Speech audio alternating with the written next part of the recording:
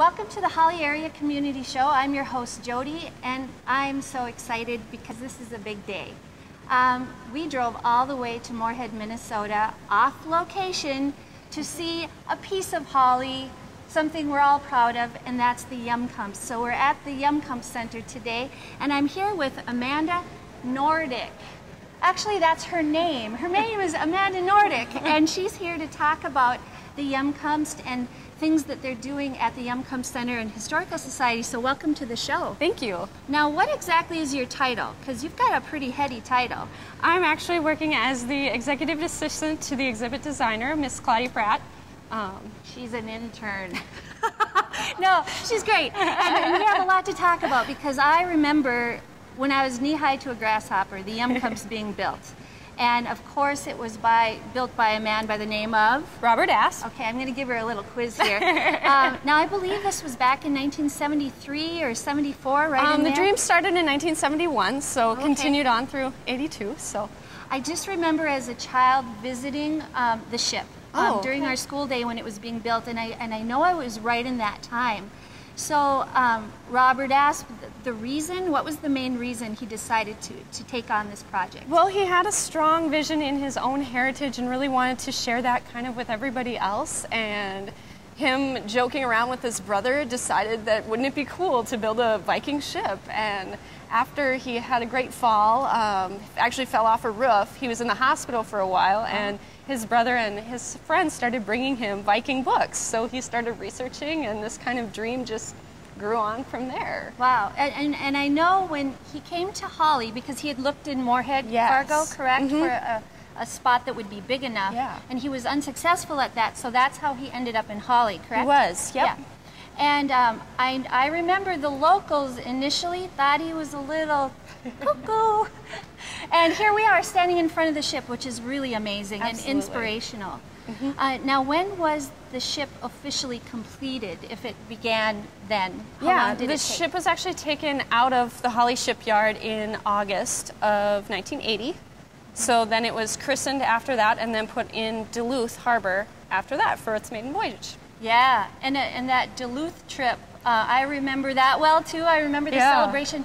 I believe the community raised, I think I had read like $35,000 so that they could use this for the journey, and which was back in those times really amazing amount of money.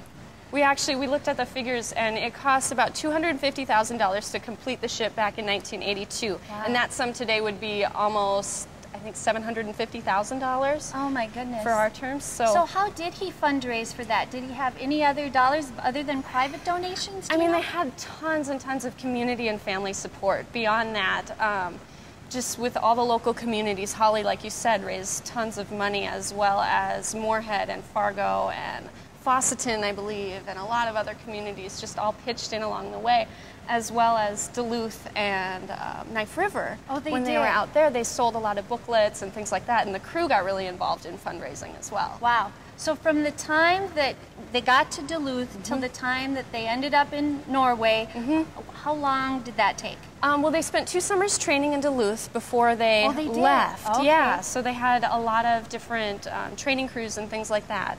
And out of that, they ended up with a crew of 13. Okay. With the skipper Eric Rudstrom from Norway. I wasn't the skipper, just because I'm wearing the hat. I wasn't involved, but I was at college. Okay, so they had, and this guy was from Norway, correct? Okay, but there were some of his children on the ship too, Yes, correct? there was 4 children. Okay. Excuse me? Robert Asp's children. Yes, Robert Asp. And because Robert Asp actually had died by this time, correct? Yep. Okay, do you know what year that he died? He died at the end of 1980. So he actually got to see the maiden voyage and sailed on the ship in that. So that was really good. He did, yeah. I know it was a very compelling story, and I remember having national attention in Hawley. I think there was a show called Real People. Yep. They came to the community. It was so weird. Actually ended up on that program, and so it was a big deal in the area, I know. So the time that it took then to get to Norway, how long was that? They ended up in Norway on July 19th of 1982, and they left New York on June 14th. Okay. So it took about a month for them to get over. And didn't they have some rough times toward the end? Yes, actually it was towards the beginning of the Atlantic journey. They had a really rough tropical storm come in and suffered a 14-foot crack in the hull, which they were able to fix and then continue on to Norway. Unbelievable. After that, Now, this new exhibit, can you tell me briefly a little bit about that?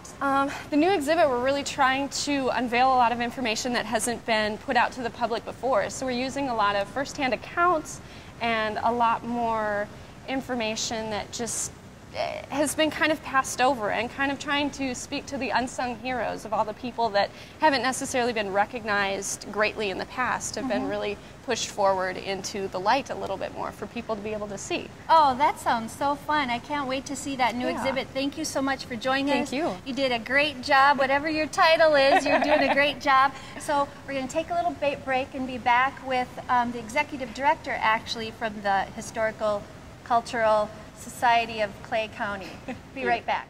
And we're back at the Hjemkomst Center, standing before the Viking ship, the Hjemkomst, and I'm here with Maureen Kelly Jonassen, who's the executive director here at the Historical and Cultural Society of Clay County. Welcome to the show. Thank you. We are so excited, I know, as a Hawley citizen and the rest of the surrounding area, we're so excited about the fact that it's been 30 years.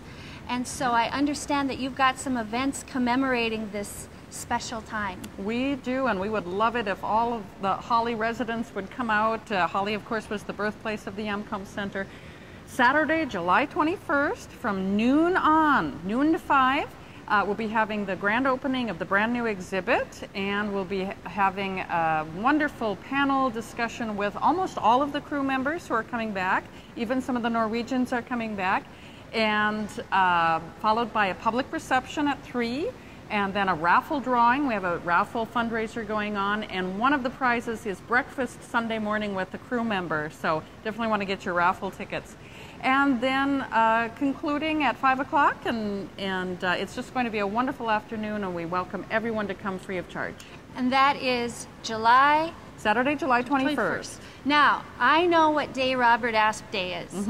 It's July 27th. How do I know this? Because it's my birthday. And every year I have a friend who calls and says, Happy Robert Asp Day, and they leave it at that. That's great. That sounds great. Is there anything else going on? The exhibit will be up through the rest of the year, and that's going to be a special fun to have the local community come in and see the exhibit and bring people in. It's going to be fabulous.